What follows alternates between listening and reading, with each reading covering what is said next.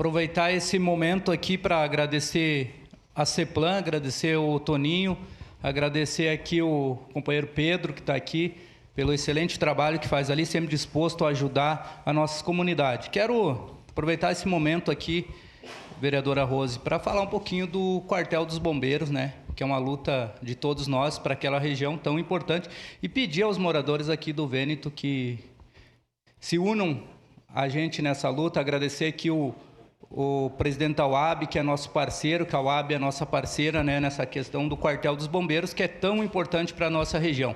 Então, pedir a todos, a gente vai estar coletando assinatura, todo sábado a gente coleta assinatura, e nesse sábado a gente vai estar, provavelmente eu vou estar passando aí o local, acredito que a gente vai estar no Vantajão do Monte Carmelo, coletando assinaturas, então muito importante a presença dos senhores lá.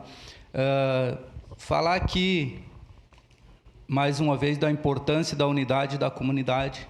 Sem a unidade da comunidade, a gente não consegue avançar. Então, vocês dão uma demonstração hoje do quanto é importante o povo, as presidências de bairro, e valorizar aqui as presidências de bairros, líder comunitário, que sem vocês a gente não consegue avançar em nada. Com certeza, votarei sim, senhor presidente.